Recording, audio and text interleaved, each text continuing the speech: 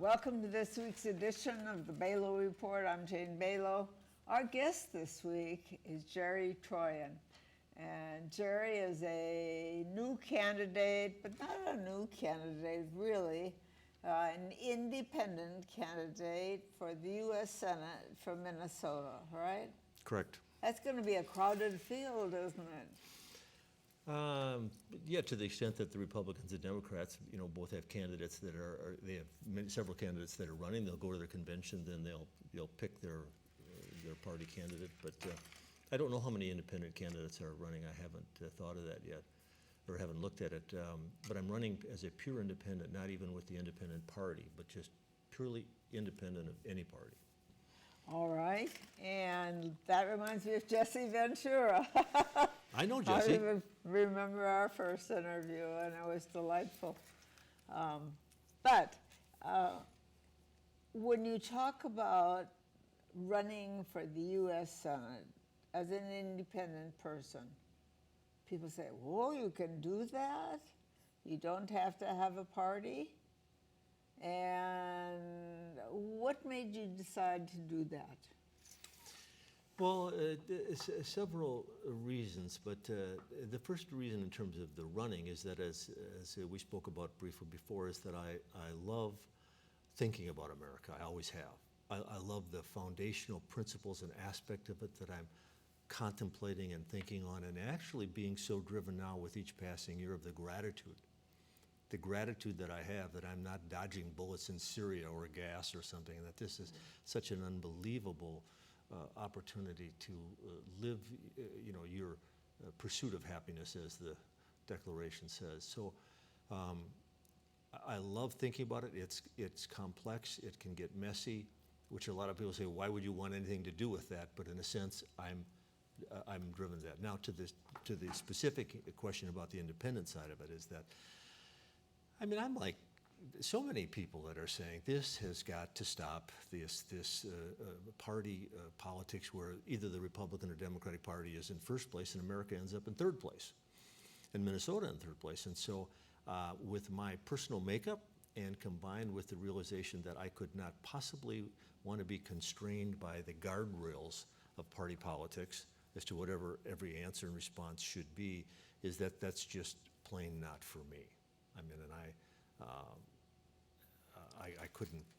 I couldn't do that.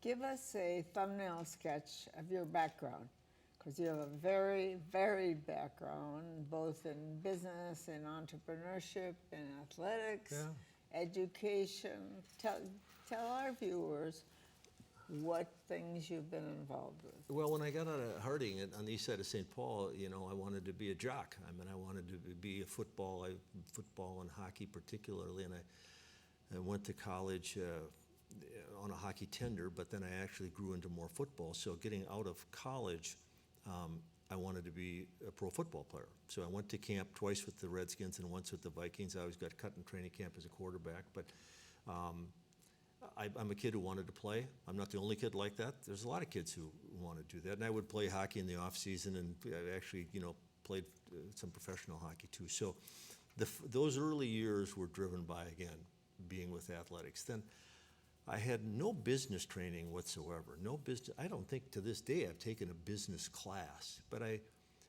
got interested. I had a wonderful neighbor, a kindly gentleman, who I would ride around in a car with him and say, his name was Earl. Earl, why is this property valued at this? Why is this worth? So one question led to another, and I ended up getting involved in investing in real estate. So that grew then to be both in the residential side, mostly apartments, but I migrated over to the commercial side of things with the buying, acquisition of industrial property, office properties, and then some development things. So I've combed the Twin Cities real hard there for several decades, looking for deals. That's what you do. You go in and you try to make a good deals. And I can remember occasionally talking to people like Gus Shafolius from down here about Rochester and what have you. So it would be the athletic thing, and then it would be in terms of the career thing, going into that business side. Now, since that, I've also migrated into other kinds of investments. As we speak, I actually own a medical manufacturing device company in Jacksonville, Florida. where we make, when people have neck injuries, you know, they have the halo with it's up here and the halo on the top. So we make that. It's called the Bremer Halo. I don't know anything about the details of it or the things, but we've got good people that are running it. So I have gone off into the other and some public ventures. I'm real proud to say, for example, I'm an investor in a company called Recombinetics. Recombinetics is doing things now at the Mayo Clinic. Recombinetics is this unbelievable company emerging in Minnesota with scientists from the University of Minnesota that are, and I can't explain all the science of it, I'll do my best on a kind of an amateur basis here, of gene editing. And so it has to do with when cows grow horns, they can hurt themselves, they can hurt the other cows, and when they have to pull the horns out, a lot of people, it's a bloody mess and they don't like it. So our guys do the gene editing. They said it's on a natural selection process. It might take 500 years, but they could go click, click, click, no horns. Now, it's not introducing some stuff, but then on the medical side of stuff, I mean, I think Recombinetics deal with Mayo is now, the idea is that they can take your, whatever it is, your stem cells or your DNA, and they take it and they put it over into a pig and grow that organ that you need, whatever it might be, and take it out of the pig and put it back in you.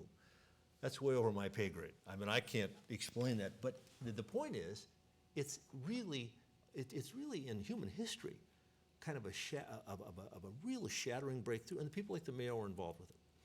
So I invest in that kind of thing. I've got some other investments that I do, so I like that aspect of it, and it's part of what my job is. Now, so that would be the elements on that. Now, the part that I do like to talk, though, is that I have always had a proclivity and a very strong interest in what might be called the cosmic realm, for starters, but then particularly the aspect of our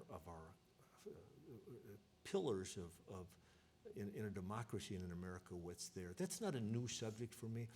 I'm not running for the Senate because I need to have a label on my forehead that says I'm U.S. Senator. That's not why I'm doing it. I'm doing it because, it's hard in anything in life, is it, to sustain being good at it if you don't love it.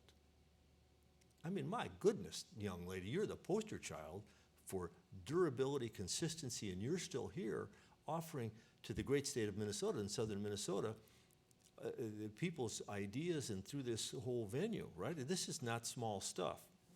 So, and I make that point because I do want to communicate to the voter that you say, what's different with you? Well, yeah, I'm an independent candidate, and that is different today. But why vote for an independent if he's a knucklehead? And so I'm trying to convey to the voter that these issues about America are not something that has newly popped into my head. So I hope that answered your question, or tried to, about what I've been doing, what I've been thinking about, and what I've been up to. Okay. But one more quick comment on the business side of stuff. I don't suggest, because I'm a businessman, that I have all the answers on economic issues and all the rest of it. And one of the things that I'm trying to do is build bridges, if you will, in helping people, even within Minnesota, recognizing it isn't one or the other. You don't have to be for business and be against poor people or against the common man, and that division stuff has to stop. If you listen carefully to some of the richest, greatest people in this country, who I consider to be Warren Buffett and Charlie Munger and Ray Dalio, and Bill Gates for that matter, my goodness, the stuff that he's doing around. So I feel very strongly about trying to help change the tone and tenor, which at its root is the development of respectfulness. And this even goes beyond ethics. The truth is, we need each other. That's the reality. Not because I say so or because it's even an ethical thing. And so once we do that, then we learn to respect, then we have a better chance of getting things done. Okay. Who is your idol? If you had a mentor who helps you with ideas and helps you with how you think, who would that be? Oh, now we're going. Now I love the question and I love the material. The short answer that people are listening to is I am a very strong student of what might be called the comparative world thought systems, if you will. I love studying the history of Homo sapien and all the different aspects, both currently and going back in time, and I derive from them, if you will, the great inspirations and foundations. Now, on a more current level, Joseph Campbell would be one of my great mentors or teachers, if you will. He died in 1987. If you haven't heard of Joseph Campbell, maybe you've heard of Bill Moyers, who did all of the great interviews with that. Well, he did a, and if you haven't heard of Campbell, and if you haven't heard of Moyers, everyone's heard of George Lucas. So George Lucas's mentor was Joseph Campbell, and through his books. So why Campbell? Campbell, it isn't to go to one person, it's what he opens us to. He opens us to this whole world of information, which, why does that matter? What it matters is that it helps me evaluate the experiences I have in life and to put a proper perspective on it. It's not easy. If you think about how tough life can be in all regards, and everyone has those issues. And so I think a lot about what he called transformation of consciousness. You're thinking over here in this realm, but you better get over here if you're going to make progress. And in a very real sense, that's what we are.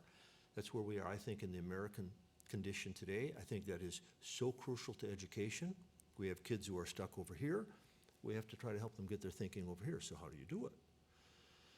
Well, that's a little bit longer thing. So on the mentor side, that would be, I was just saying, a collective thing. But now on the immediate side of it, in terms of Minnesota, that question I love. And that is the issue of, like, take right here, where and I have for the last couple of years been going down to see Tim Penny. I couldn't quite frankly think about having a policy or position that it related throughout all of Minnesota, but particularly southern Minnesota, without wanting to know what Tim Penny thought about it. And this is not an advertisement for Tim Penny. Let me be perfectly clear. Oh, Tim Penny has not blessed me, or he has not endorsed me or anything like that. But that isn't going to stop me from wanting to know what Tim Penny thinks. We've got so many other great people on both sides of the aisle. Tom Horner has been marvelously, he ran for the governor, as an independent in 2010. He's a really thoughtful, bright guy. Kirk Johnson has been wonderful in helping me. He was Arnie Carlson's chief of staff. Dwayne Benson, another great, talk about a great football player, but he's a great thinker. So there's so many people in Minnesota that I've spent time going to the 30 or 50, whatever it is, largest companies in Minnesota is called the Minnesota Business Partnership. Yes. And it's Charlie 3M, Weaver. it's Yeah. 3M, it's the Mayo, it's this, that, it's all the smart people. And my goodness, what a wealth of information to be drawn from them. I've gone and talked to Lucas Ness, who is the guy that, the business partnership has three main focuses. Obviously, policy is one, but then they've got the other issues of education and healthcare. That's where America's at. That's where the money is going to. So the truth is I'm hungry. I'm real interested in wanting to know. I'm not scared by what the result of the question or, what the answer might be. And I realize that you've got to have a certain cerebral dexterity to keep moving to it, and then take what comes through here and flow it through the heart, so that the decision making has to do with the heart also. They're not mutually exclusive. Okay. So, Biggest problem facing the United States of America today? well, I think it's our relationship with each other. I mean, I think that again, that it's as Einstein said, how do you expect things to change when you keep doing it the same way? And expecting a different You outcome. can't expect a different outcome. And so people say, well, what difference does it make if we're carping at each other, or we're, whining at each other? It makes all the difference in the world. Martin Luther King, who I'm a great student of also, used to say, one of the great debates in human history has to do with the idea of the ends and means. And people say, well, the end justifies the means. And in all of our lives, it can be pretty easy to cut corners and stuff because we think it's going to help the means. But Dr. King said, the end is pre-existent in the means, and you can't get to a good end without using good means. In other words, process matters. Now, I didn't say, so my first message to everybody is, I don't care if you're on the left or the right, or you're up or down or in between, stop that stuff. No more bashing of government. That's what people who don't really want to deal with the issue is, it's a kind of way of whining and complaining. That doesn't mean I don't think government shouldn't be asked the hard questions. That's not what I said. What I said is, let's get this thing back where we're not dividing and dividing and dividing. And you, the voter, if you want something different, you better think about what it takes to make that change. I'm not saying I have all the ideas. I've got a lot of questions, but I'm real determined to do it. But I can tell you how I will approach issues. And so, staying with your question, Jane, about the problem is that in one sense, we are so blessed with so many things, we take for granted how we got to where we are. And that goes beyond ethics in its importance. One of our great poets, is Robert Bly, up there, some people call him the founder of the men's movement.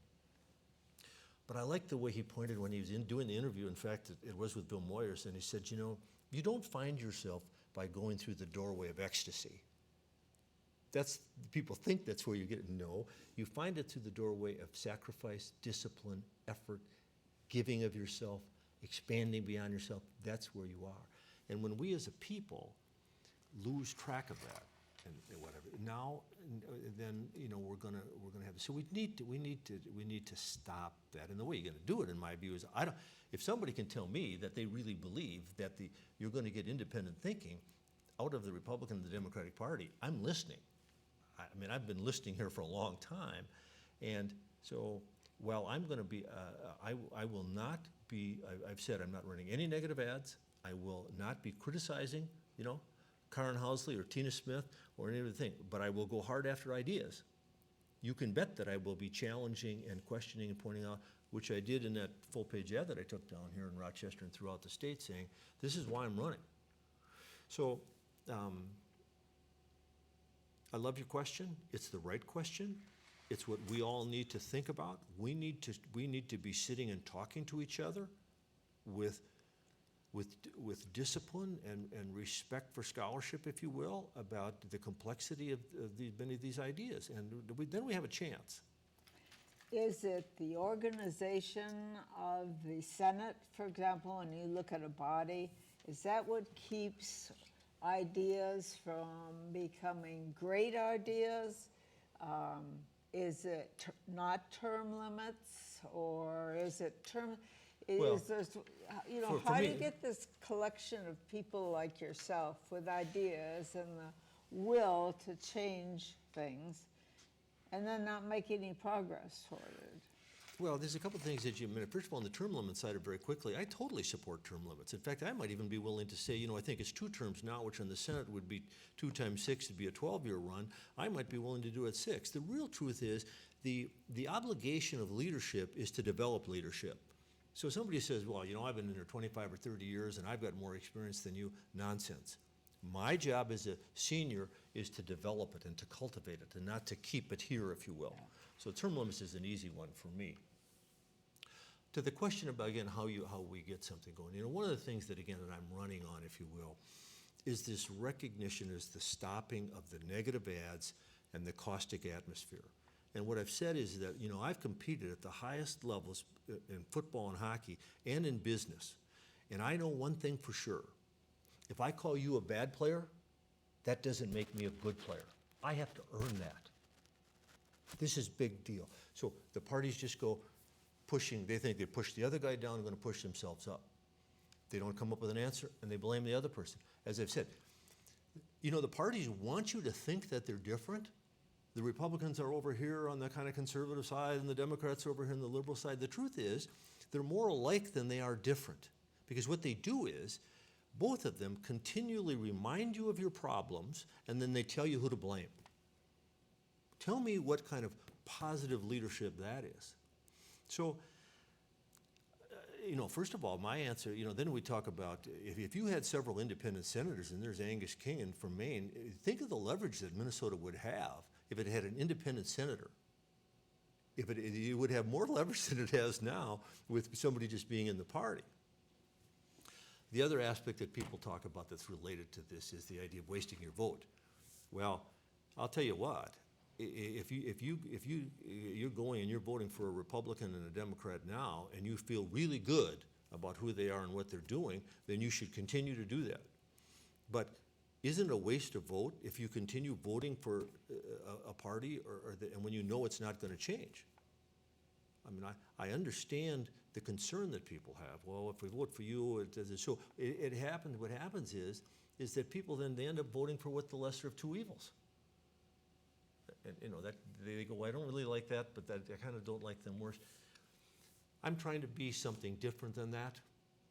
That's what I know that I don't have any problem thinking in the independent way. Some people might say I've developed that to quite a skill, but I'm real clear that my job would be essentially to build these bridges and to stop, first of all, saying no more wagging fingers, no more bashing of government. Stop it. We're over it. It's an old movie. All right, back to the biggest problem facing America. Well, I think that when I think of what the answer is that people are looking to say it's this or that, but let's talk about the money side of things and the economy side of stuff then, because that does matter. If you ask Alan Greenspan or if you ask the smart money people about what their projection of the economy is, what the first thing they're going to really say to you is, what is the condition of our animal spirits, meaning our confidence, our belief in where we're going and where we're headed. That's what investors want. Investors want stability. They know if they make an investment, they want to make sure that it's not going to get wiped off because of all kinds of disruptions and what have you. So I give credit to that the Congress passed some of the changes in the Tax Reform Act. I think that was good. It was time to get those rates down on the corporate side of things. But I think that the real issue ultimately about the economy will be productivity. What productivity ultimately is a result of is education. And then the question is, what kinds of education and how do we do that? Not just software engineers or that kind, but what we really need to develop, because the gap that we have in Minnesota, our fourth grade white kids read real high up on the ladder nationwide. But to the academic achievement side of stuff, I've said I am fully supportive of academic achievement. The question is, how do you get there? And that is where the idea of developing emotional intelligence is what the kid really needs to develop. If you've got a kid who wants to learn, you can't stop him. If he's not motivated to learn, there's not a whole lot you can do. And so I think that, and we have written at length, I encourage people to look on our website. You will see, as we speak right now, I think far more delineation of where we stand on issues versus what any of the other candidates done. And some people said, Jerry, you went way too far. We spent a lot of time thinking very carefully about, please read what I've said about education. Please read what I've said about the economy. And so, I want to make sure that I'm dealing directly with your question. And I know people are always thinking about the aspect of the economy, but ultimately that is a result of our collective productivity and discipline, and believing in each other. I wish it was something easier than that. I mean, I wish it was just maneuvering, financial engineering. Not that easy. So I think, for me, again, it's correlated to that, and this is not to be an evasive answer. This really is the guts of it. America is primarily a dream. So I think of what I would call the kind of the spiritual condition of where we are, not a religious thing. Our traditions allow for all of the great, wonderful religions, and we ought to continue to be thankful for that. So it is an issue to me. I mean, I understand what you've got. Now, let's get back to healthcare is a big issue like that. So we all know that we need to have affordable healthcare for people. What are we going to really say that we're not going to cover people? What kind of people would be? And I know the smart business guys think the same way. If you listen to Warren Buffett talk, he'll say, look, we have to help people, and we should be helping people. I drive down here from the Twin Cities, and I am driving to the Mecca of medicine on the planet Earth. And I'm going, this is the Mayo Clinic. My goodness, it just develops that whole sense of gratitude. I was remembering when you guys were working the deal down here for the infrastructure, and I knew enough about financial engineering going, who could be against that deal? I mean, we need to be thinking about about the Rochester and the Mayo for all of the things that they do, both on a literal financial basis for the benefit of Minnesota. Forget the fact that you're helping save mankind, right? This is big stuff. So, you know, quickly on I guess on the healthcare side of stuff, those are not easy questions. Let me lay it out real quickly here. We have a little bit of time to go through. So here's the 100% pie of healthcare premiums in America. If you take 50 or 55% of that, that's paid for by employers. Now, the guy who gets the employer to pay it, if you're a male, he gets a benefit also because he gets the benefit, but he doesn't have to pay taxes on it. So everybody in that thing has got they got a head start over the other folks. So roughly 50, 55%. Then you go over to Medicare and Medicaid. Those are 17 and 18% apiece, right? So you take the health care that's paid by the employer. I get Medicare. What a great deal I got. And it's an unbelievable deal that I get, as far as I'm concerned. I mean, it's just incredible, the benefits that I get out of that for a relatively small amount of money. And you've got the Medicaid. So now with those three pieces of the pie, it's 90%. Then you've got 5% over here. That is the uninsured. That's mostly the young people who are, they're not signing up for it because they're going to roll the dice that they don't need the insurance. It's the last 5% of the individual marketplace that is essentially getting appropriately all the noise. That's where the premiums are going like this. And that can be the farmer in southern Minnesota. Or that could be an attorney up in the Twin Cities who's an individual. And that's where we as a state gave $300 million, $250, $300 million to go for that. So that's a problem. So is it easy to say right away, is the solution single payer or whatever? Don't forget, those people who are getting their benefits paid for by the employer, all of a sudden they might be having to pay a higher deductible and a higher premium, and they might go say, well, I'm not so sure I want that deal. I'm not trying to confuse people. What I'm trying to say here is that that's an issue. Then when you get over to the biggest factors that are influencing healthcare are the fee-for-service model. This is a business model that says, and I don't wag my finger at criticizing this, I can see how the American healthcare system evolved through the decades, and it's been a marvelous, wonderful thing, and we've led the world in trying to help people. But the fee-for-service model essentially says the more you do, the more you get paid. But who's to say when the doctor should say no more tests? These are difficult, tough questions, but we have to deal with that and clearly move over to the wellness side of stuff. And I know the Mayo's doing that.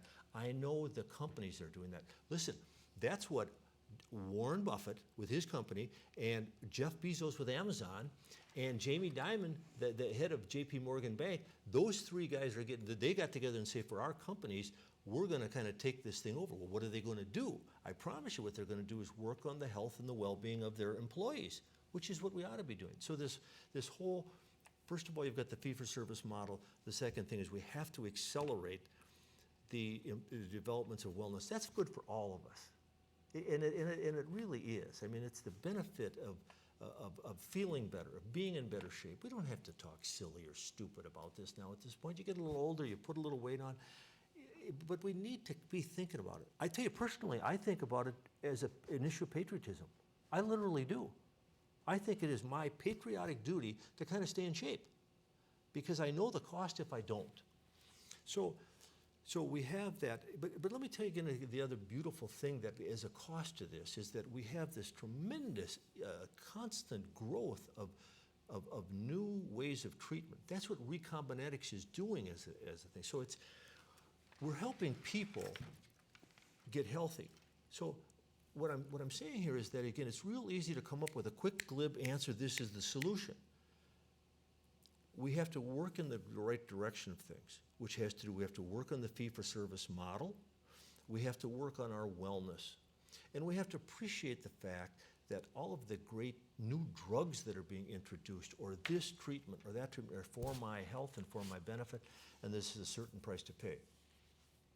So any politician who gets up and starts saying to you, I'm going to do this, I'm going to do that, and I'm going, you know, it's like some of the state politicians are saying they're going to cut the state budget 10 or 15%. Tell me how you're going to do that. When half of the pie goes to education and 80% of that goes to teachers, you really going to cut teacher salaries 15%? Raise your hand if you want to do that. Going back to the cost, America, here we have the whole healthcare system. Where are the biggest costs on that? They are in long-term care. Raise your hand if you want to kick grandpa and grandma out of the nursing home. Not me. I mean, I think that's why I say we have to think of it's like looking at a deal. You know, I've known this about deal making. Let's say there's 100 issues on the table. After a while, I realized there could be 2 or 3 of those issues that comprise 97 to 98% of the importance, and the other 97% aren't all that big a deal. Likewise, you know, you could have so 97% of the issues just don't matter that much. You got to focus in on where they count. So this is why, to me, there's a real strong correlation between education and healthcare in this respect. If you gave me a magic wand and said, here's your magic wand, Jerry, what do you think would be the biggest impact you could have on healthcare immediately? I'd say, well, you know, for the old goats like me, it's tough to change, but I'd go right into the schools and the education and help with focusing on the development of healthcare with children. That has to do with nutrition, and it has to do with more exercise, and it has to be an absolute part of the curriculum, not a secondary thought. Because think how fast a kid goes through school. He starts at 5 or 6 years old, pretty soon he's out of high school, and now they're in there and they got all the habits of an adult. If we want to really work on healthcare and where our budget's going to be 10, 12, 15 years from now, go after that, plus it's the right thing to do. So that's kind of a long-winded answer to your question about America's biggest problems. One of the things I've learned is that 30 minutes is not long enough to cover all the problems. Thank you. But it's long enough to give you an idea about people and how they would approach the problems. Yeah. And getting to know you better. We know you better, and we figure out how you work, how your mind works, how your friends work, and how you will utilize the resources that you need. It also explains why you're an independent running for office. Yeah. And what I can do in wrapping up is invite you to come back. We'll take them problem by problem and have some more conversations about it. And I'm glad you like Tim Penny, because our audience loves that man. He's a treasure. I know it. I know it. I keep telling him. Even though he sometimes tell me something I might not agree with, he's still a treasure. Yeah, yeah. But thank you for coming to Rochester to join us. And we'll look forward to seeing you in a couple of months and wish you luck. And thank you very much. No, thank Jerry you. Thank Trooien. you. Jerry Trooien, right. I did it. Thank you. All right. Thank you. Thank you.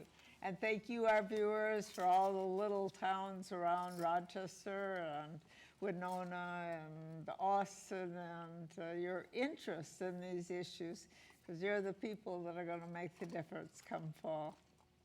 Thank you. Next week, same time, same channel.